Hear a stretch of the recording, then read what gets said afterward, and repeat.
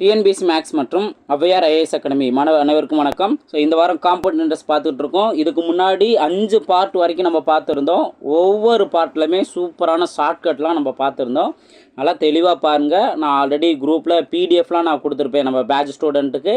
So அந்த பிடிஎஃபையும் download பண்ணிட்டு நான் சொல்லிக் கொடுத்த மெத்தடில் நல்லா ப்ராக்டிஸ் பண்ணுங்கள். உண்மையிலே ஒவ்வொரு டாப்பிக்லையுமே இங்கே ரொம்பவே ஸ்ட்ராங்காகுவீங்க, நல்ல கான்ஃபிடென்ட் இருக்கும். அதே போல் இப்போயும் பார்ட் 6ல் நம்ம இதே காம்பவுண்ட் இன்ட்ரெஸ்ட்டில் என்ன சப்டாபிக் பார்க்க போகிறோம்னா வட்டி வீதம் காணுதல். இதுலையுமே சூப்பரான ஷார்ட்கட் இருக்குது. நம்ம எப்படி வருடம் காணுதலுக்கு எப்படி ஜீரோ கான்செப்டில் ஷார்ட்கட்டு அப்படின்னு பார்த்தோமோ அதே போல் வட்டி வீதத்துலையுமே இதுலேயும் சூப்பரான ஷார்ட்கட் இருக்குது. இதில் நான் ஒரு 4 டைப்பாக நான் கொண்டு வந்திருக்கேன். அதையும் நல்லா தெளிவாக பாருங்கள். வழக்கம் போல் ஃபார்முலாஸ் நீங்கள் ரிவைஸ் பண்ணுங்கள். ஓகே, பிடிஎஃப்லேயே நான் எல்லாத்துலேயுமே இந்த ஃபார்முலாஸ் காமிச்சிருப்பேன்.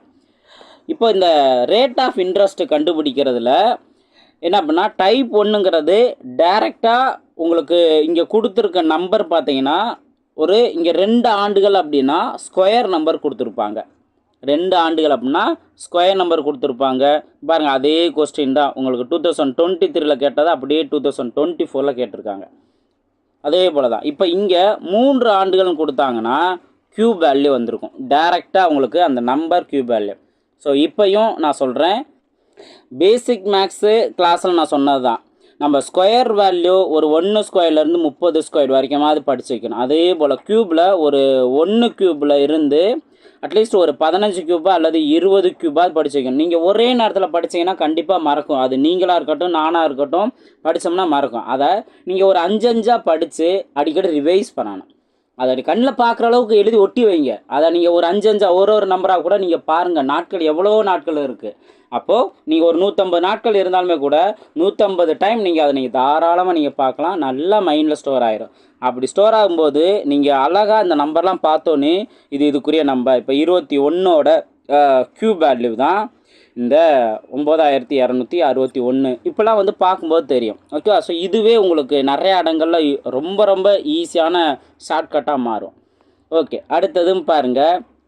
இப்போ நான் சொன்ன மாதிரி தான் இதுவுமே ஒரு பெர்ஃபெக்டான ஒரு ஸ்கொயர் நம்பர் தான். அது என்ன அப்படிங்கிறத நம்ம பார்க்கலாம். அதே போல் டைப் 2ல் பார்த்தீங்க அப்படின்னா ஜஸ்ட் சிம்பிளை பண்ணுறது மூலயமா நம்மளுக்கு ஒரு ஸ்கொயர் வேல்யூ க்யூப் வேல்யூ கிடைக்கும். இப்போ இங்கே 3 ஆண்டுகள் அப்படின்னு கொடுத்துருந்தாங்க அப்படின்னா கண்டிப்பாக இதுக்குள்ளே ஒரு க்யூப் வேல்யூ இருக்குது. ஓகேவா? அதே போல் தான் இப்போ இங்கே 2 ஆண்டுகள் கொடுத்துருந்தாங்கன்னா இதுக்குள்ளே ஒரு ஸ்கொயர் வேல்யூ இருக்குது. இந்த நம்பர் ஆல்ரெடி நம்ம இப்போ பார்த்துருந்தோம் தான். அதே போல் தான் இங்கே 3 ஆண்டுகள் கொடுத்துருந்தாங்கன்னா இதுக்குள்ளே ஒரு க்யூப் வேல்யூ இருக்குது. ஸோ இந்த மாதிரி நீங்கள் அழகாக அந்த வருஷத்தை வச்சு 2 வருஷம் 3 வருஷமாக இதை வச்சே உங்களுக்கு கேட்டிருப்பாங்க.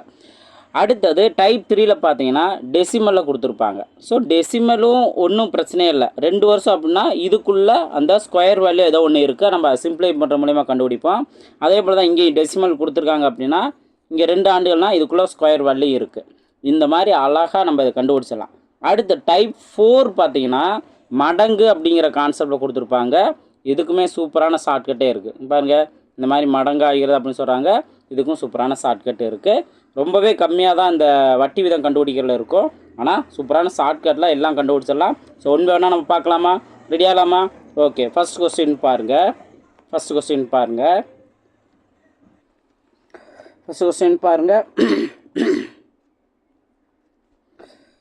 ஓகே, கேள்வி என்ன? சரி, இருமல் வந்துகிட்டே சரி. ஓகே, இப்போது ரூபாய் 625 ஆனது 2 ஆண்டுகளில் ரூபாய் 900 கூட்டு வட்டியில் கிடைக்கிறது எனில் வட்டி வீதம் காண்க அப்படின்னு கேட்டிருக்காங்க. இங்கே இந்த வட்டி வீதம் கண்டுபிடிக்கிறதா இருந்தால் என்ன பண்ணணும் அப்படிங்கிறத சொல்கிறேன். இதை நல்லா கவனிங்க. மொதல் விஷயம், மொத்த தொகையை மேலே போட்டணும். ஸோ இங்கே கொடுத்துருக்கல எது மொத்த தொகை? இந்த 900 மாறுது அப்படின்னு சொல்கிறாங்கல்ல, இதுதான் மொத்த தொகை அமௌண்ட்டு. அடுத்தது எது பிரின்சிபல் அமௌண்ட்டு? இந்த ஸ்டார்டிங்கில் கொடுத்தா 625 தான் பிரின்சிபல் அமௌண்ட்டு. அப்போது மொத்த தொகையை நீங்கள் மேலே போடணும், பிரின்சிபல் வேல்யூவை கீழே போடணும். இதை மட்டும் நீங்கள் பண்ணுங்கள். அதாவது ஃபார்முலாவில் எல்லாம் இருக்கும், ஃபார்முலா சப்ஸ்டியூட் பண்ணி நீங்கள் ஒவ்வொரு வேல்யூயும் போடணும் அவசியம் இல்லை. இந்த 2 விஷயத்தை வச்சு அழகாக நீங்கள் ஆன்சர் கண்டுபிடிச்சிடுவீங்க. இப்போ ஆக்சுவலாக மொத்த தொகை 900, பிரின்சிபல் அமௌண்ட்டு 625. இப்போது நான் ஆல்ரெடி சொல்லியிருக்கேன், இந்த வருஷத்தை வச்சு இங்கே 2 வருஷமாக இருந்தால் கண்டிப்பாக இது ஸ்கொயர் வேல்யூ தான் சொல்லியிருக்கேன். அந்த ஸ்கொயர் வேல்யூ கண்டுபிடிங்க. 900ங்கிறது 30ஓட ஸ்கொயர் வேல்யூ, 625ங்கிறது 25ஓட ஸ்கொயர் வேல்யூ. இது வரைக்கும் புரிஞ்சா? இப்போ நெக்ஸ்ட்டு நீங்கள் என்ன பண்ணுறீங்கன்னா கீழே இருக்க பிரின்சிபலை கவனிங்க. பிரின்சிபல் வேல்யூவை எதால் மல்டிபிள் பண்ணால் நமக்கு 100 கிடைக்கும்? 4ஆல் மல்டிபிள் பண்ணால், ஓகேவா, 100ன்னு கிடைக்கும். அதே 4ஆல் இங்கே மல்டிபிள் பண்ணிடுங்க. அதே 4 மல்டிபிள் பண்ணால் இங்கே என்ன ஒரு 120ன்னு வருமா? அவ்வளோதான், ஆன்சர் கண்டுபிடிச்சிட்டோம். இங்கே மேலே இருக்க இந்த வேல்யூவில் 100 விட எவ்வளோ எக்ஸ்ட்ரா இருக்கோ அதுதான் ரேட் ஆஃப் இன்ட்ரெஸ்ட்டு. 120ன்னு இருக்குது அப்படின்னா 20 தானே எக்ஸ்ட்ரா இருக்குது. ஸோ 20% தான் அந்த ரேட் ஆஃப் இன்ட்ரெஸ்ட். ஆன்சர் என்ன? 20ங்கிறதா அதுக்கான சரியான ஆன்சர். ஈஸியாக இருக்கா? ஸோ ரொம்ப ஈஸியாகவே இதே மெத்தட்லேயே ஆன்சர் கண்டுபிடிச்சிடலாம். வீடியோ பிடிச்சிருந்தா லைக் பண்ணிட்டு பாருங்கள். அதே போல் உங்களுக்கு இந்த ஷார்ட்கட்டும் பிடிச்சிருந்தாலும் நீங்கள் கமெண்ட் செக்ஷனில் உங்கள் வேல்யூபிளான கமெண்ட்ஸை நீங்கள் ஷேர் பண்ணுங்கள். எனக்கு ஒரு எனர்ஜெட்டிக்காக இருக்கும், மற்ற ஸ்டூடெண்ட்டுக்கு ஒரு மோட்டிவேஷனாக இருக்கும். ஓகே, ஸோ ஷார்ட்கட் நல்லா புரிஞ்சுக்கிட்டாங்க, நம்மளும் அதே போல் நல்லா கவனிக்கலாம் அப்படி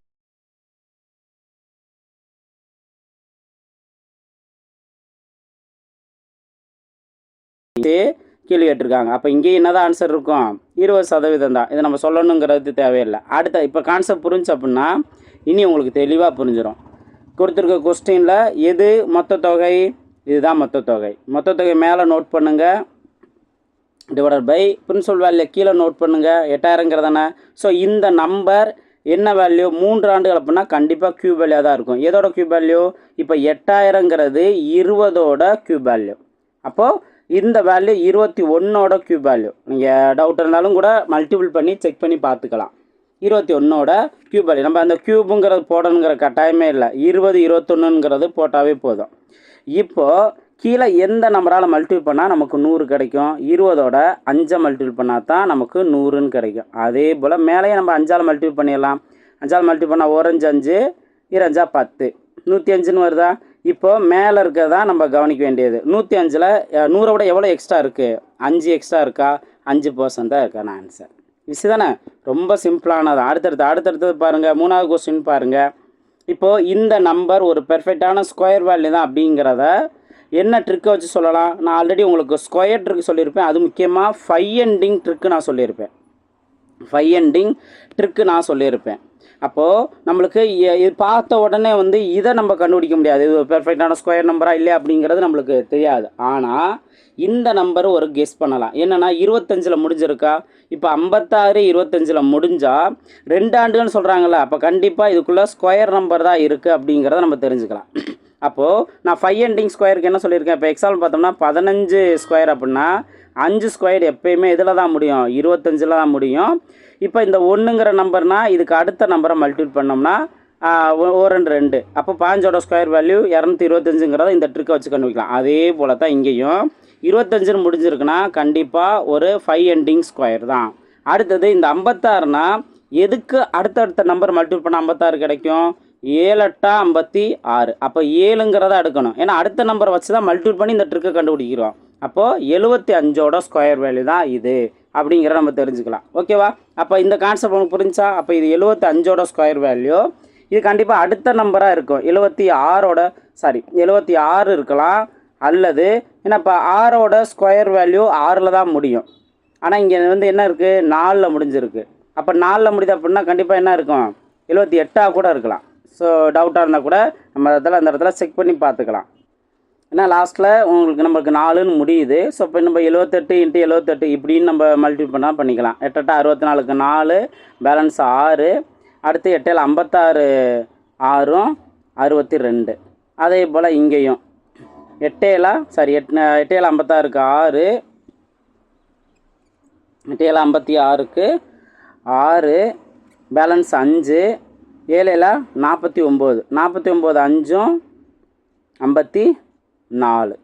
இப்போ ஆட் பண்ணி பாருங்கள். 4 8 10க்கு 0, பேலன்ஸ் 1 6. கரெக்டாக தானே வருது? ஓகே, அப்போது யூனிட் டிஜிட்டை வச்சு நம்மளால் செக் பண்ணிட முடியும். இருந்தாலும் டவுட்டுக்கு இதை கன்ஃபார்ம் பண்ணிக்கலாம். ஓகேவா? இப்போது நம்ம என்ன நோட் பண்ண போகிறோம்?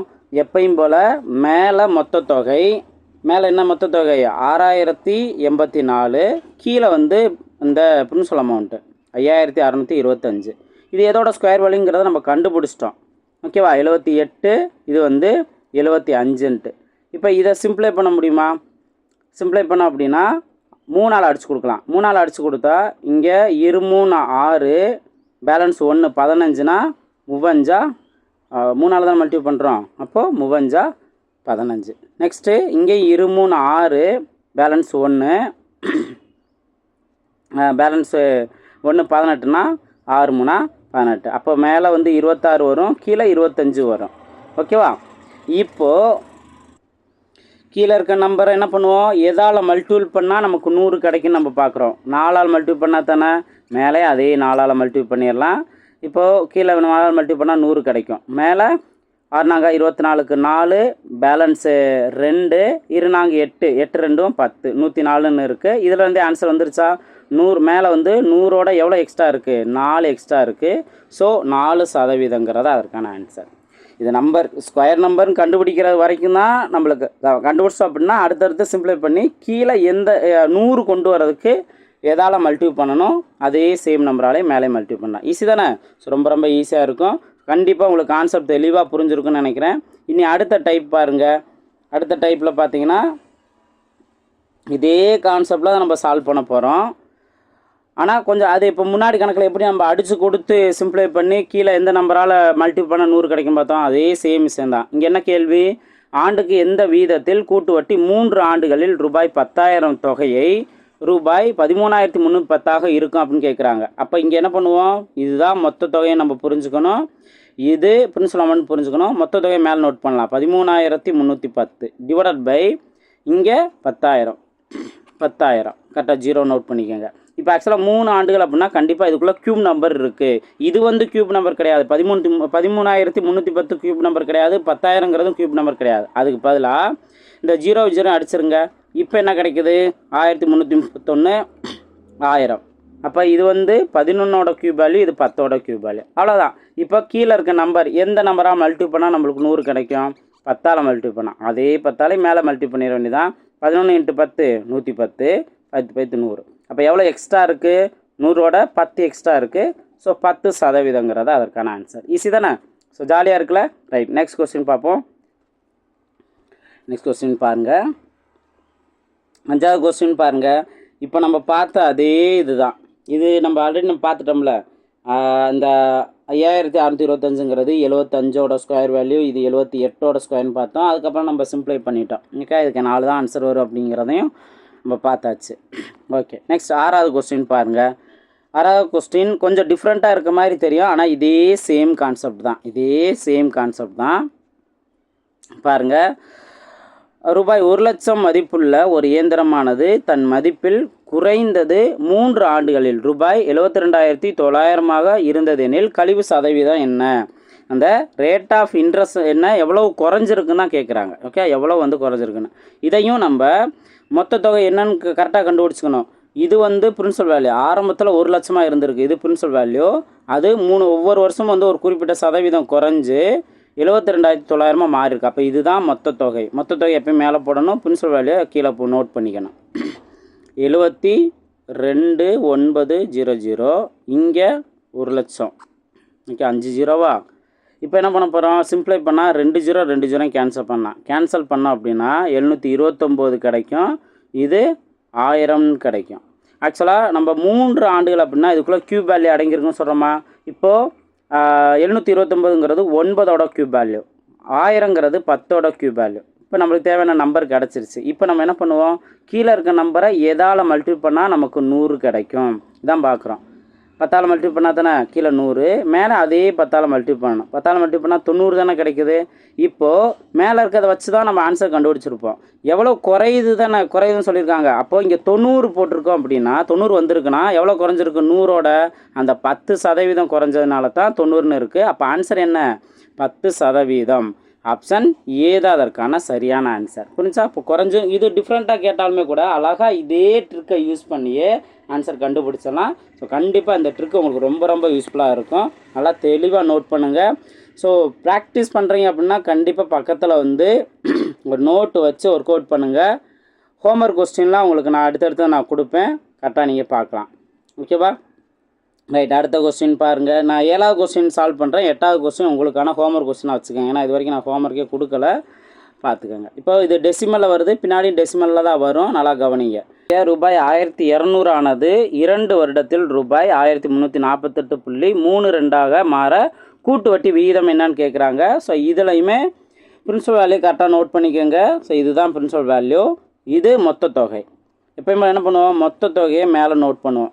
1348.32 டிவைடட் பை இங்கே பிரின்சிபல் வேல்யூ நோட் பண்ணுவோம். இப்போ இங்கே டெசிமலில் வந்திருக்கா, ஸோ டெசிமல் வேல்யூ முழு நம்பரை மாற்றுறதுக்கு பாயிண்ட்டுக்கு அப்புறம் 2 டிஜிட் வந்திருக்குல்ல, அப்போ 100ஆல் மல்டிபிள் பண்ணணும். அதே 100ஆல் கீழே மல்டிபிள் பண்ணிடுங்க. மல்டிபிள் பண்ணி முழு நம்பராக மாற்றிக்கலாம். முழு நம்பராக மாற்றினீங்கன்னா 1 3 4 8 3 2 அப்படியே வந்துடும். இங்கே 1200ஓட இந்த 2 ஜீரோ சேர்ந்துடும். ஓகேவா? இப்போ இதை சிம்ப்ளை பண்ணணும். கண்டிப்பாக இதுக்குள்ளே என்ன நம்பர் அடங்கியிருக்கு, ஒரு 2 வருடம் கொடுத்துருக்கனால ஸ்கொயர் நம்பர் தான் அடங்கியிருக்கு. அதை தான் நம்ம சிம்ப்ளை பண்ணி கண்டுபிடிக்கணும். இப்போ 2ஆல் சிம்ப்ளை பண்ணோம் அப்படின்னா 2ஆல் சிம்ப்ளை பண்ணோம் அப்படின்னா அல்லது 3ஆல் சிம்ப்ளை பண்ணலாம். 3ஆல் கூட நம்ம சிம்ப்ளை பண்ணி பார்க்கலாம். ஏன்னா இங்கே 4ன்னு வருமா 3ஆல் சிம்ப்ளை பண்ணால், ஸோ 0 0லாம் 4 0 அப்படியே இருக்கட்டும். அடுத்தது இங்கே ஆக்சுவலாக நான் 3ஆல் தானே சிம்ப்ளை பண்ணுறோம். 4 3 12 பேலன்ஸ் 1 14னா மறுபடியும் 4 3 12 பேலன்ஸ் 2. ஓகேவா? 2 28ன்னு இருந்துச்சுன்னா 9 3 27 பேலன்ஸ் 1 13னா 4 3 12 மறுபடியும் 4 3 12. அடுத்தது 4ஆல் அடித்து கொடுக்கலாம். 4ஆல் அடித்து கொடுத்தா இங்கே 10,000ன்னு வரும். 10,000 வரும்.